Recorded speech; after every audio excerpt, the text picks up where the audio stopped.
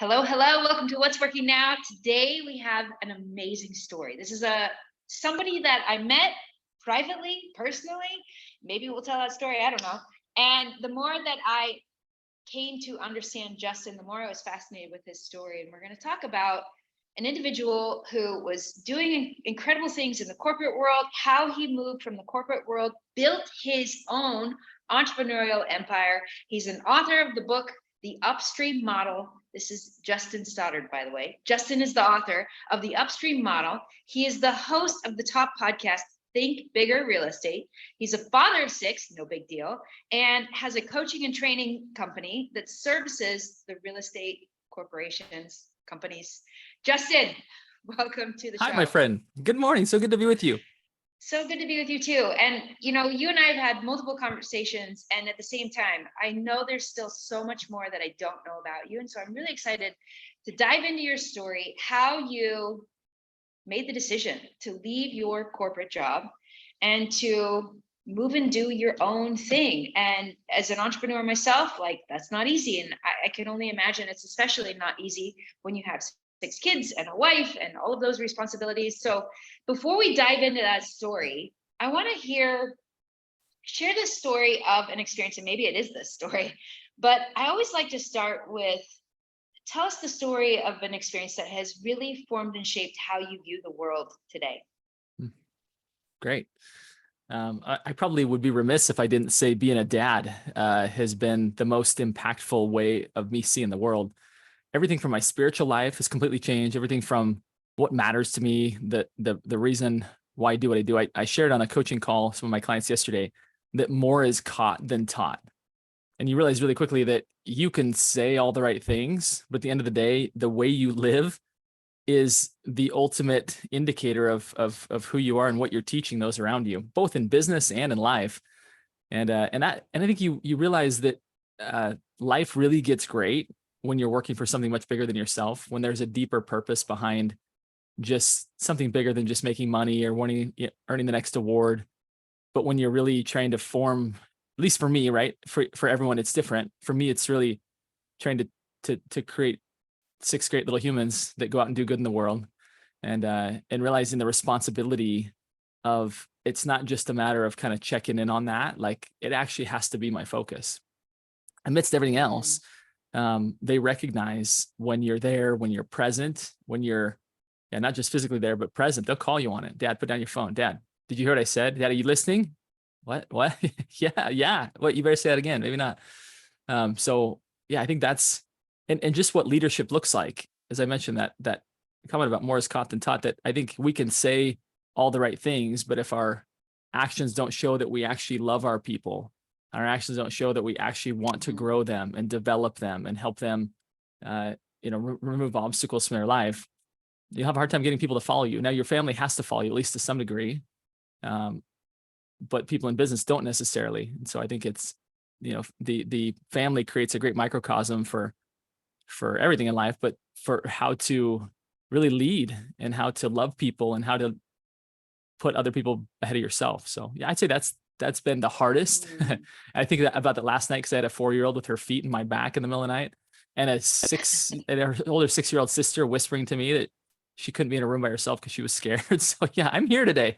So all of that's been very formative. Well, I really do appreciate this perspective. I mean, you and I have this in common. And when I started my entrepreneurial journey, I was fearful that the business would get in the way of my responsibility as a parent. And I started asking, would it be possible to build a business that not only didn't get in the way, but actually helped my family thrive? And this is why I want to dive into your story, because you were an executive in, is it a mortgage company that you were an executive in? It was a title and escrow company. Okay, so tell us this story, because as a father of 6, you're in that world, and there's some benefits to being in that world, and yet here you are today with a coaching business and a book and a podcast. How in the world, like, this is the question everyone wants to know.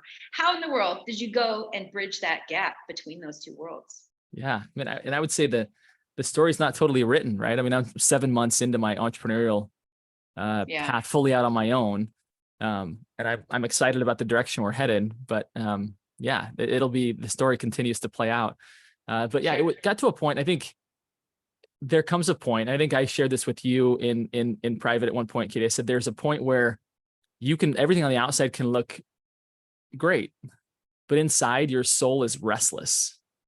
You just realize that there's something, somebody, like whatever you believe, there's something tapping you on the shoulder saying, I've got a bigger work for you to do. Like there's more that you need to be doing. And it's interesting because you look around and you're like, $250,000 a year and life is pretty cushy, super stable, everything.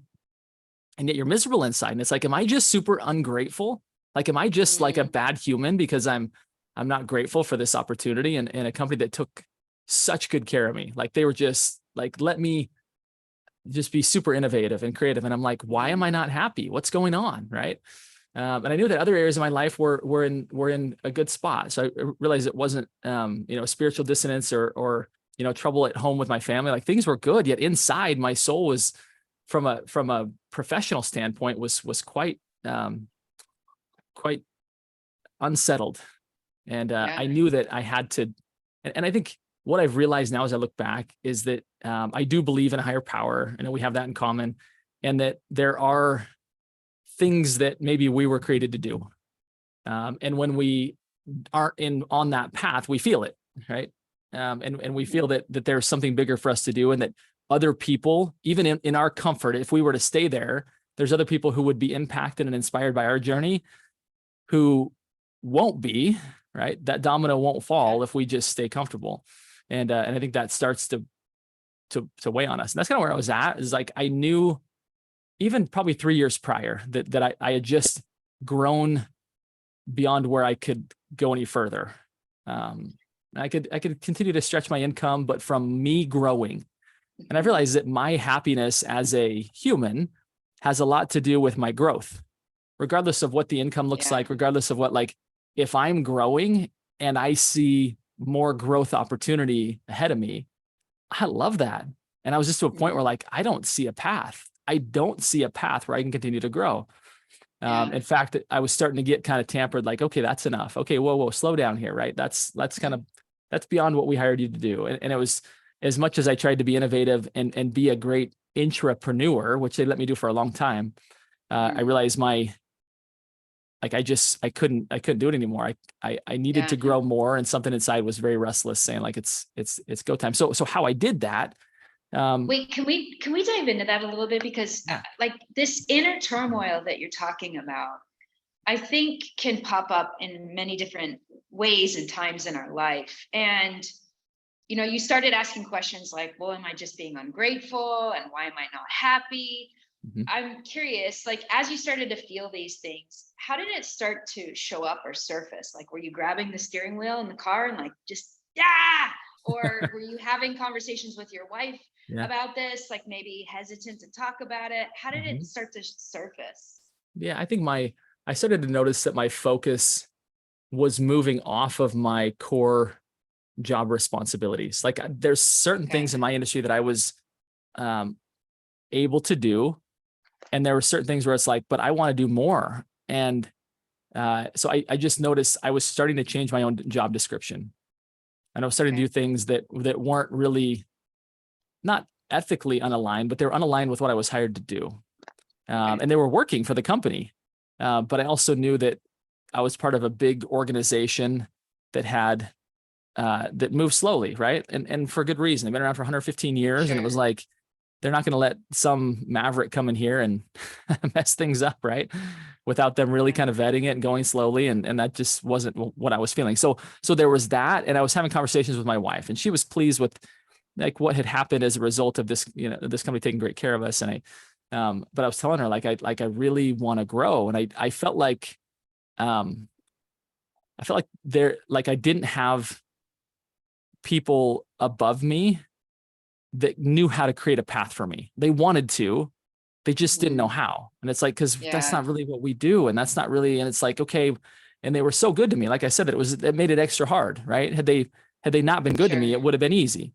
So I had a lot of conversations with my wife, and she could start to tell that I was getting, not upset. Upset's not the right word, but I was just having a lot of conversation with her. Like, I just feel stuck. Like, I just feel like I can't Yeah. grow. I just feel, and so, it was interesting because she comes from a very non-entrepreneurial family.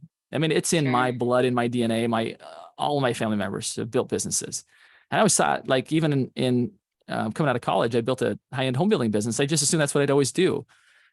And when I went to work for a corporation, I figured it would be a short-term thing, and I got to my head around this concept of an intrapreneur, which worked for a period of time, and then I got to a point where I just Sure. couldn't take it any further. And so my wife, who was always like, because again, we owned a building company in 2007, 2008, right? So it was a difficult time. So she was kind of like, she was raised in a family that her dad was a dentist, to like the later years of being a dentist, where things were settled and things were easy. He worked 4 days a week. I didn't understand like that there were times when he was really building a business. And it was difficult and challenging. So for her, it was like, eesh, like an inconsistent income. Like, what's this all about? This doesn't seem necessary. And so she was pretty averse to the whole concept of, she's kind of like, yeah, you're good, you're fine. But then she knew me well enough to know that it wasn't okay, that she couldn't just talk me out of it. And so at the end, right, like before I left, she just felt really at peace with it, which gave me a lot of peace because I knew that wasn't in her nature, right? Right. That there was something else that was telling her that like I was unhappy where I was at, and then I needed to grow in a different environment. Yeah. So you're feeling this drive to grow. You tried to do it within your company, and the company's like, whoa, hold on. What are you doing? We don't know what to do with you. And you also mentioned that you felt like there are things that you were called to do. And I've heard other people say something similar. And at the same time, that is it's a very real feeling. And at the same time, it is so non-specific, right? It's like something else, something that's not what you're currently doing. So how did you take that feeling? I want to grow, I need to grow, and there's something greater for me that I'm not currently doing, and start to put some definition to that. Yeah. I would say, hindsight's always more clear than looking forward. And as I look back, I think about, like, had I gone back and done it again, like if I were to go back and give myself advice in those early phases, right?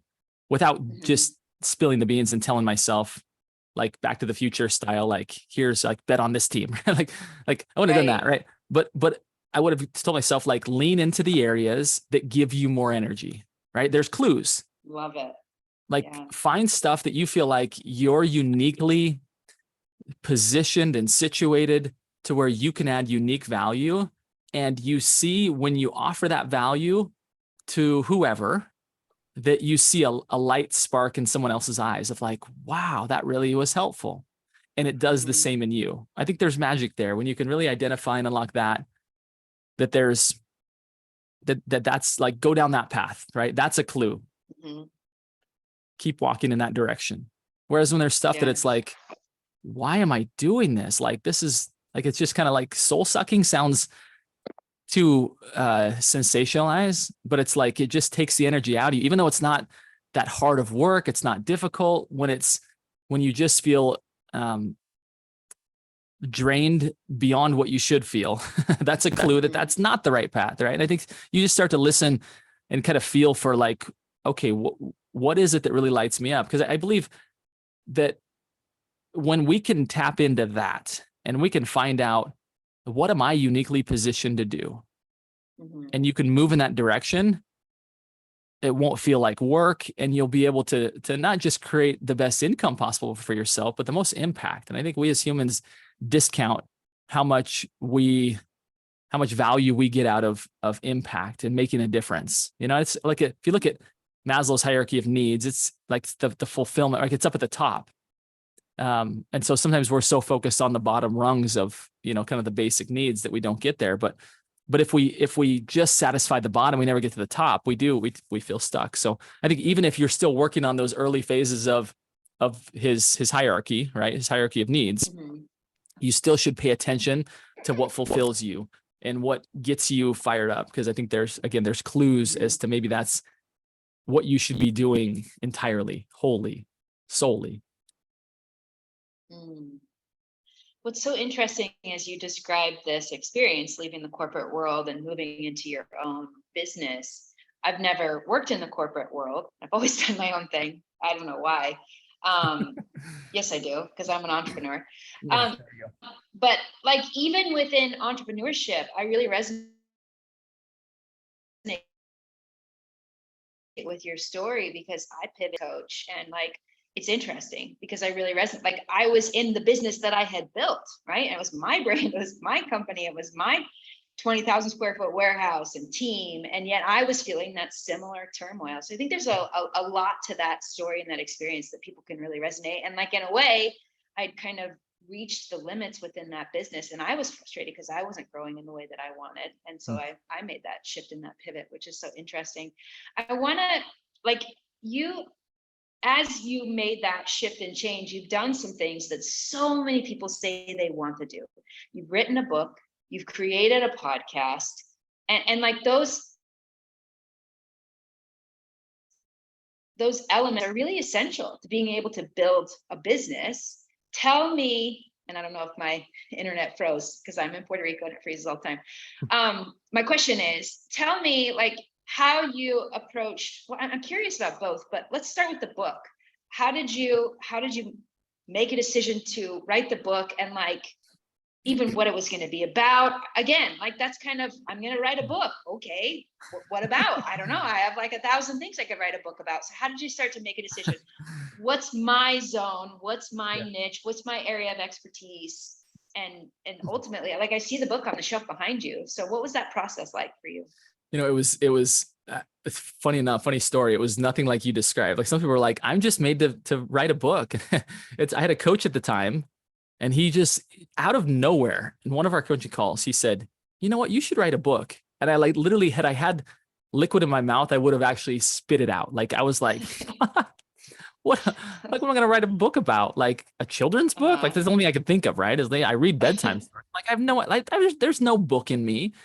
And within 30 days later, a close friend who I'd been a part of mastermind groups with, she said, you should write a book. And I was like, where are you people getting this? Is this some sort of like prank joke? Like, there is no book in me. I don't know what you're talking about. So I kind of laughed it off. I was like, it's funny you should say that. My coach said that, but it was like, yeah, like, I don't know that I could write like an executive summary to a book, let alone a book. And so I just kind of like discounted it, but they planted a seed. And once that seed is planted, it started to, even subconsciously and consciously, like, I wonder what I would write a book about. And I think I knew at that point that I was not in the right position to grow to my ultimate potential. And I had seen other people, right? One of our friends and mentors in common, Russell Brunson, who wrote a book that changed his life, right? Former podcast guest on my podcast, Grant Cardone, his book, The 10X Rule, changed everything for him. And I thought, there's something to that. And all of a sudden, I think probably my phone was listening to me, and all of a sudden I start seeing ads of people who help you write books. Rob Kosberg, who I started seeing his ads everywhere, and I'm like, and then all of a sudden I had this thought, like, I wonder if this model that I utilize to grow a business quickly, that I've been teaching real estate agents, wonder if that'd be an interesting book.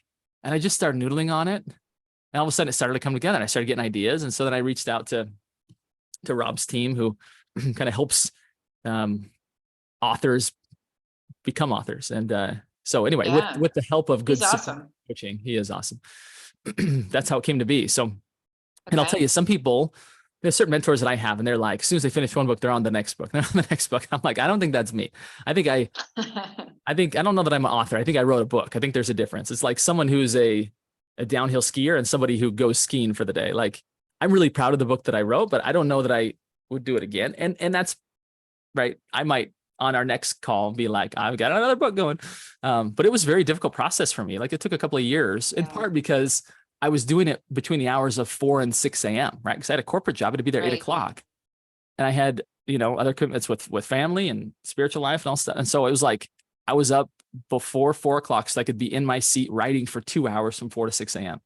So it came at no small sacrifice, but through good help and support, and having, kind of a blocked out time to really where my mind was uncluttered and able to really think, I was able to put it down and continue to revise it and revise it and revise it. And I thought it was done. And then I gave it to friends and family, and they're like, yeah, no. And then so it's just back and forth, which is the process. But it was a humbling one. But one, looking back, I'm like, I'm so glad I did that. Right. I don't know that I could have convinced myself in those early hours that was a good idea, but now I really am. And it really, I think, helped to solidify how I want to help in my space. But it was a difficult process, but a great one looking back, right? It's always great looking back. Yeah. I mean, something that you need when you have your own business is you need something to lean on that gives you credibility and signals to the world that you're an expert. Do you feel like that book has opened doors, gotten you on podcasts? Has it really been maybe even bringing clients and customers? What are ways in which you've leveraged the book and it's benefited your business? Yeah, great question. So it absolutely, my entire unique niche inside my industry is based on what I wrote about in the book. So just as a kind of bug here, as a kind of a preview, I guess, of what the book talks about, very similar to after I wrote the book, I was like, this has some sort of angle, or I could compare it to the Dream 100, right? Which we're familiar with, right? Kind of think about that concept of, and the way most people market, the way that most people think about it is they're going to go market to the masses, and they'll play the numbers game, and they'll sort through trying to find the right individuals from a large group. And what many people discount is the fact of the opportunity cost of talking to 99 people to get to the one, right? And so what I discovered as a high-end home builder is that there was, rather than sorting through the masses, I could go find one person whose business offering was situated upstream from mine, right? And it was an architect, and an architect, every one of his customers was going to need a builder next. So by identifying the key upstream partners, those individuals could open doors to endless warm referrals for me. So instead of having to market to the masses and play the numbers game, I could go identify key pillars, key centers of influence who could open the door and eliminate much of that wasted time sorting and playing the numbers game. So that's what the book teaches. And it teaches real estate professionals as well as kind of other service-based industries, kind of a model around that. So back to your question of how I've leveraged that and how that's benefited me is that I've created an entire coaching company around the principle of growing and scaling a warm market business, right? If you're in the real estate industry, you know that there's no shortage of people willing to sell you cold leads. And we all know that they convert at about 3%. So you either are doing all of that heavy lifting yourself of trying to contact the 97 people to find the 3, right? Or the 100 people to find the 3, or you've hired people and you've given up a lot of your margin to have people calling and dialing for you to do that. And so what I teach is, rather than playing the cold lead game, play the warm referral game, which everybody wants to do. They just feel limited because their friends, their family, and their past clients can only give them so many referrals, and they want to grow beyond that. They don't want to feel stuck. So this model allows them to tap into key professionals, allow them to scale their warm market business without having to chase cold leads. So my coaching offer is centered around that concept of getting their systems in place to be able to handle more referrals, and then how to very strategically identify and court those key upstream partners to get a regular flow of warm referrals coming into their business. So yes, so credibility, absolutely. It's definitely given me a unique niche in my industry and allowed people, when I want to talk about it, that they just take it more seriously. This isn't something I just came up with, but it's something that I've utilized to grow businesses, and that has been, a 20+ year work in progress. So. Yeah, I love that. Trying to build a business from scratch is excruciatingly difficult. I've done it. And so to leverage other people's networks and those relationships, it's a way to fast track results. And like, when you're somebody who's adding real value, people need you to have those relationships with the other people, because they need to know and have resources and people in a network that they can refer people to, that they know they can rely on. So in a way, when you have a real solution and a real business, you have an obligation to build those kinds of networks. So, and it sounds like what's so cool is the Upstream model. Wow. Probably the stories and examples that you share in your book are probably very much in the real estate space. Those principles are the same for, as you said, anybody who's in the service business.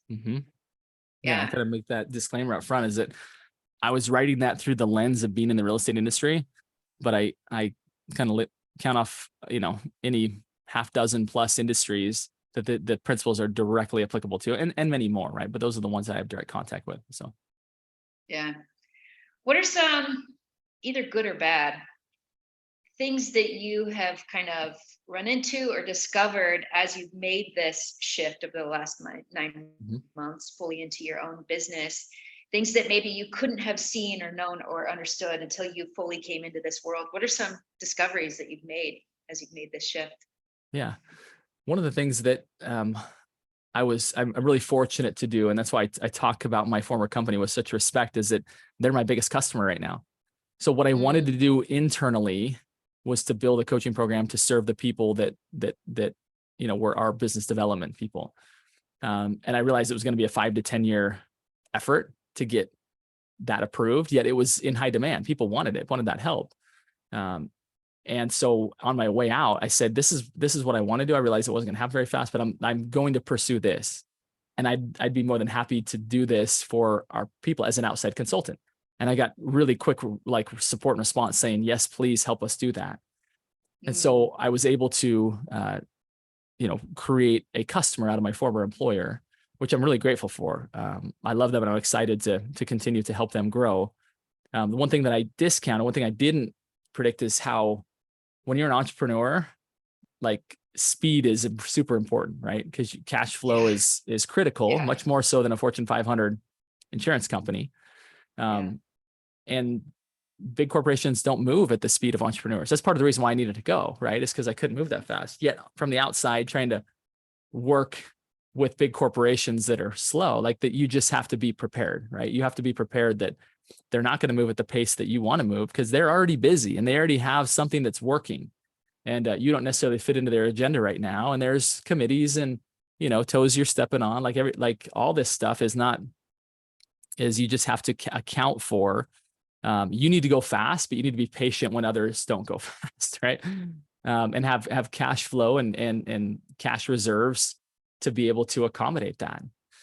So that's been great. I'm fortunate to have that in place, but yet still discounted how long it was going to take, so that's part of it. I think another thing is there's so many things that you need to do as a business owner, but there's only one that's a priority today. Like the word priority is interesting. The term is actually singular and I think it's Latin root. It's a priority. And we as Americans have turned it into priorities. And it completely defeats the whole purpose. So no, there's a priority. And so in fact, later today inside my Facebook group, I'm teaching the 5 pillars of freedom, which is how real estate agents get freedom from their business. And I talk about how all 5 of those pillars have to have some of your attention, but only one merits your full attention now. And same thing for my business is that, right, unless you have sufficient revenue to be able to deal with everything else, that is your sole priority. Like you have to put everything else aside, even though you have all these other things to set up and systems to put in place. Like revenue has to be your sole focus, because without revenue, there is no business. It's the starting line. It's the space in which a business operates.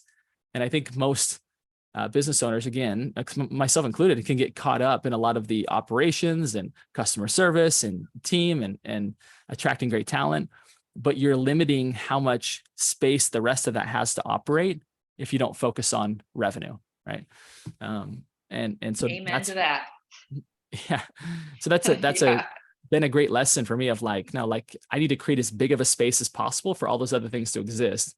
And that biggest space possible is revenue, right? We get to operate inside it. We get to attract great talent. We get to build systems, outsource systems only based on the revenue that we have. So I think that's where a lot of entrepreneurs get off, is they get too caught up in lesser things and don't make that the priority.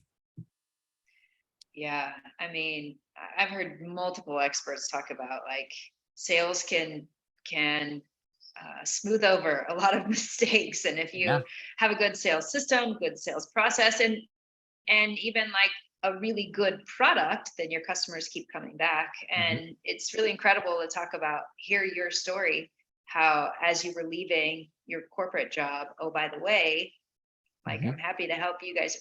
Making your former employer your client is really smart. And I've heard multiple people do that. And I think it's a testament to who you were within the company and the way that you were making your exit, right? That they respected you and you respected them, which is, there's an art to that. And obviously you navigated that really well. Something that people are frequently curious about with me, which also has me curious about you, is, as a father of six, those are a lot of humans in your life. And at the same time, you have this calling that is a responsibility on your shoulders and a team and clients and customers. What does a day in the life of Justin Stoddart right now today? What does that look like for you? How are you kind of time blocking and organizing your priority Yeah. to Yeah. make So it I mean, happen? I'll give you the kind of the play-by-play. So alarm goes off at 4:45. For the next hour, I have kind of me and God time. Like, it's just spiritual study, prayer. At 5:45, I have a friend, now two friends, show up at my house. That's one way to not be able to shirk that, for a workout. So we work out for 45 minutes until 6:30. I prep. I'm ideally in my office at 7. I guess between 7 and 8. I read to create some kind of new thoughts, new thinking, and then I create content between 7 and 8 o'clock, to where I kind of get my content piece, because that was consuming me, right? As a new business owner, you want to get the word out, but it can take up every minute of every day if you're not careful. And you can spend a lot of time marketing and no time selling, and marketing doesn't make you money, selling does. And so I had to compartmentalize that, of like, okay, I'm going to create the content and I'm going to bring on a team to help me take it and publish it and put it everywhere else. Now I'll do stories and some things like that kind of create the, the play by play, but the heavy lifting of that stuff, I had to get off my plate because it was just taking too much. So then 8, I'm kind of responding to emails, getting caught up, getting squared away, anything that's kind of lapped over from the previous commitments. But by 9, I'm proactively reaching out to make new connections, essentially like generating new leads strategically, right? Through the same ways that I teach, which is, how do I find key upstream partners that can open doors to lots of people that need what I need? But from 9 to 11, and then in the afternoon, I'm typically in appointments with potential new clients. And I, depending upon what my kids have scheduled, right? So I'll come in for breakfast at 10, and I'll eat breakfast until 10. And then I'll have like another like healthy kind of shake at like 2. And then I have dinner with the family later on around 6. So kind of my 3 meals. And then when it comes to what time I'm end, my kids are becoming more and more active in sports. And so I always put that in first. They have cross country meets. So it's to where I'll adjust my day accordingly. But usually between 5 and 6, I'm done, and then come inside for dinner. I'm fortunate to have a separate office that's attached to my house, a separate entrance, but to where I'm just steps away, to where I can come in and give hugs and kisses on people. And again, when I'm my best self, like, my phone isn't looked at for business, right? It's maybe for taking pictures of cute kids, but beyond that, I really try and be present. I'm not as good as I'd like to be yet, but I'm working on it. I'm being a really present dad in the evening hours. So, and at the stuff that matters, events and so forth. Well, and that's something that I've consistently seen with you, is this ability to stay focused on the things that matter. I mean, you and I met at a monthly temple ceremony. I was at a point in my life where I was like, I want to increase my connection to God. I want more spirituality. And the answer that came to my prayer was, go to the temple. And I'm like, cute. How do I make that happen? Because there's no time. And sure, I'd love to, but there's just no time. And it was just a few days later that I found out that there was a 5 a.m. temple ceremony on Tuesdays. And I was like, bing, that's for me. Yeah. And that's where I met you.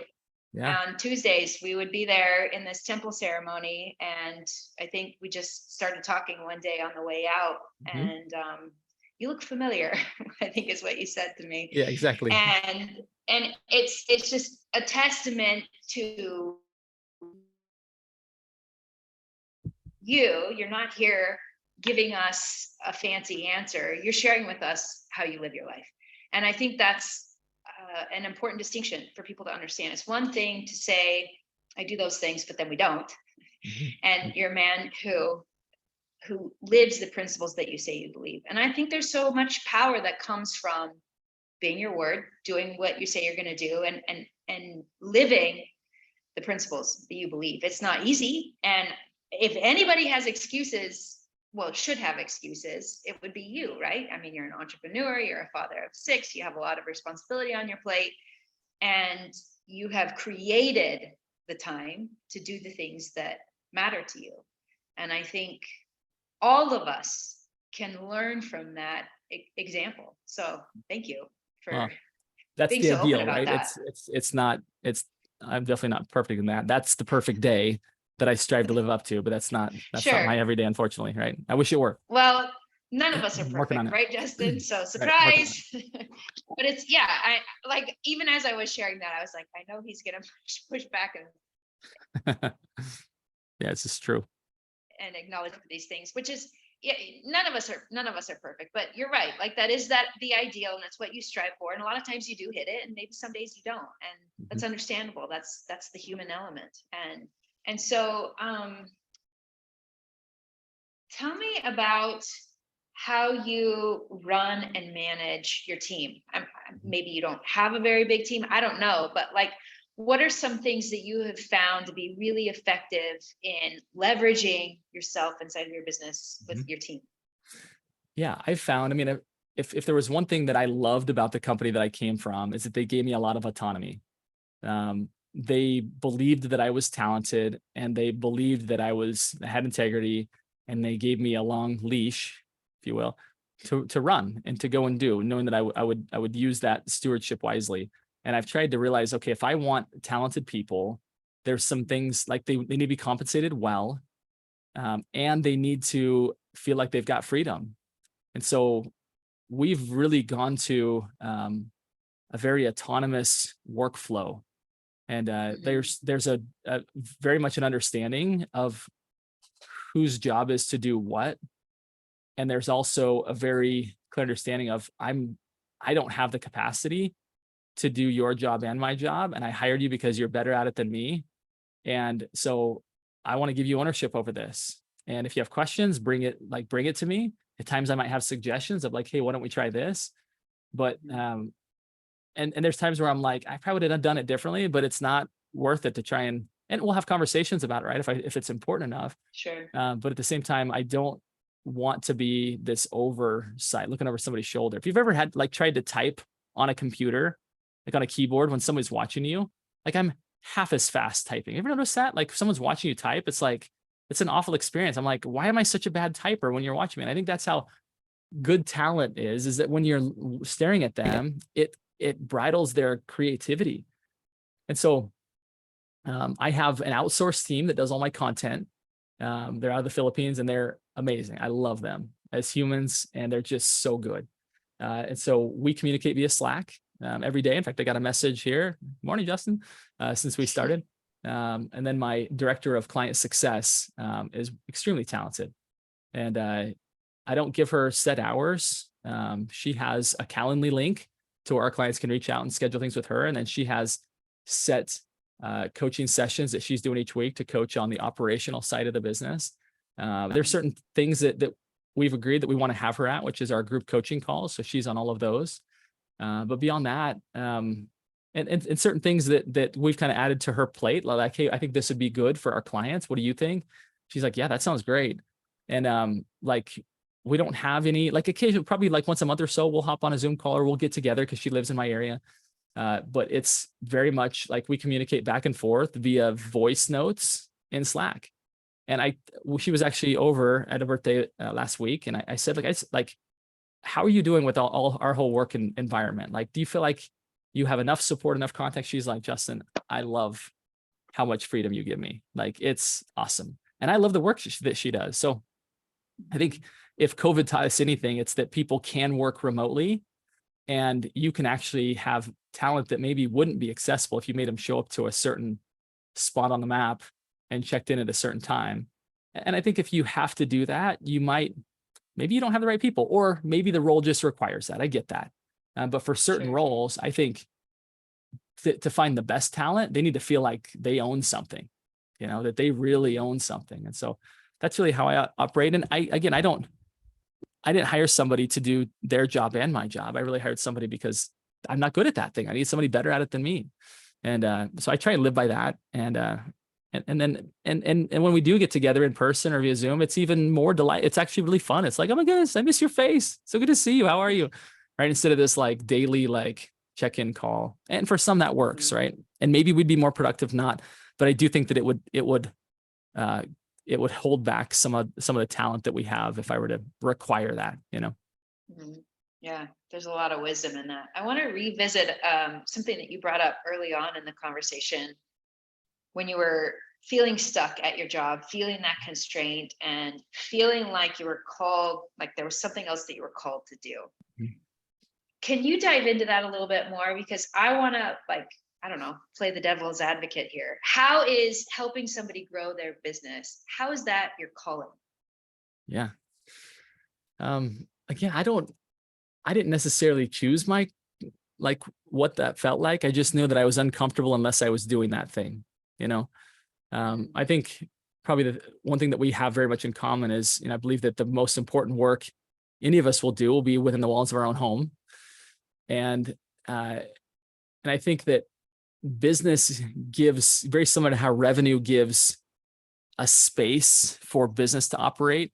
I think when a business is doing well, it gives a family the ability to have more options, right? I mean, look at you guys. Look at where you're living right now, right? You got out of the cloudy skies of the Northwest. Here you are living in Puerto Rico, and you wouldn't have had that possibility had you not had a successful business, right? It just wouldn't be an option. And the experiences you're having with you and your kids that are remarkable, right? I'm tempted to come join you guys at some point. My boy saw a manatee out spearfishing the other day. A manatee. Like, it's amazing. That So is yeah. amazing. Right. So that wouldn't be possible if you didn't have a Yeah. successful business. It just wouldn't, right? Yeah.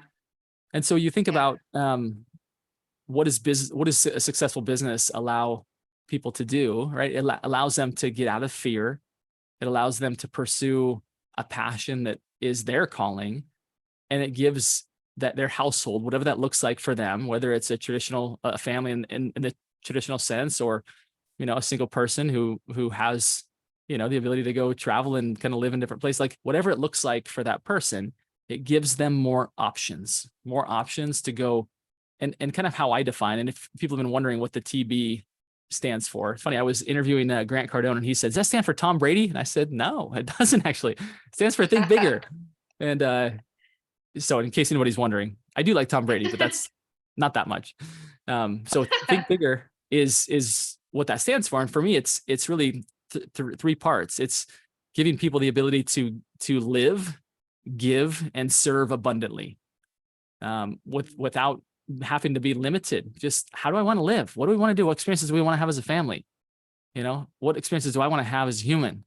And then to be able to give, like to write checks to organizations that are deeply meaningful to us, and then to serve, to actually give not just of our money but our time. So those three, and that's my passion, is really helping people to think bigger, to be able to live, give, and serve abundantly, and without all the restrictions that normally we subscribe to. And so for me, as I've really gotten clear on why that fires me up, is because it's much more meaningful than just putting money in someone's bank account or giving them another vacation. It taps into more their potential of waking people up. In fact, I think one of our dear friends in common actually gave me those words, Catherine Jones. Now, what's her married name? Lish. There we go. I still call her KJ. Anyway, but she gave me those words of like waking people up to the potential inside of them. And to me, that's part of the Think Bigger mission, is that the greatest untapped natural resource in the world is not oil, it's not diamonds, it's not gold, it's human potential. And we all sit on a massive reservoir of human potential. And my job is to help wake people up to that, and to help them to build an enterprise that allows them to live, give, and serve abundantly. That was amazing. And like, consistently, I see this theme as you answer the questions and as I dig, and we see in a more deep way what motivates and drives you. I see that you are living and building your business on sound principles, and that you're a man who identifies those principles, defines those principles, and then moves your world to be able to live those principles. And it's something I do in my life as well. So of course it's exciting to see how you implement and live those principles. And we do have very similar principles, but at the same time, we're two very different individuals. And so to see how you put those principles into practice in your life, in your business, is very enlightening and inspiring. And thank you, Justin, for taking this time to share your experience. And I mean, maybe you feel like you're still in the middle of the experience, but there is a lot of wisdom there. And you know, what you're doing is working. Thus, what's working now, right? Like what you're doing is working. And it's very helpful and beneficial to hear how you are doing that and how you are making it work. Yeah. Thank you for the opportunity. Excuse me. I'm not emotional and choked up. I just have a frog in my throat, but I appreciate the opportunity and the work that you do. Your impact, Katie, has been a real inspiration as I've seen the people who you've impacted and the way that they've even impacted me in the world.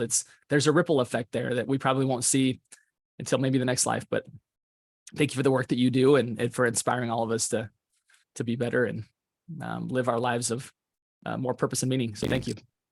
Yeah, you're welcome. I've got a couple rapid fire questions to ask you before we wrap this up. Let's do it. Hit me. Maybe you've already answered the first one. What's something you do consistently every day? Kiss the cheeks of my cute little 4-year-old daughter. I love it. Oh, that's so sweet. I love it. It's pretty cute. When I come in the house, what's a book? I was going to say, I come in the house and they're like, Daddy. They're still at that age where it's like, and even my oldest daughter, who'll be a sophomore in high school this year, is like, hi, Daddy. Like it just lights me up. But my 4-year-old and now even my 6-year-old will go to the other side of the room and say, Daddy, stay there. And then they just sprint to me as fast as they can. And I pick them up and hug them and give them a big kiss on their cheeks. And it just lights me up. Just absolutely love it. The best. It's the best. So good. Is there a book that you maybe put on your nightstand, but it's one that you've read more times, you revisit it, maybe you even gift it? Yeah, we're talking business genre, probably. Sure. I think a book that's been really impactful for me that I actually got coaching around was the book, The One Thing. And for me, probably many of us struggle with the entrepreneurial. We benefit from the entrepreneurial fire and vision, yet we struggle with the entrepreneurial traps, right? Which is we try and start so many things, then we don't finish things as well. And I don't know if that directly describes me, but I will say that trying to do too much at once has slowed me down, not sped me up.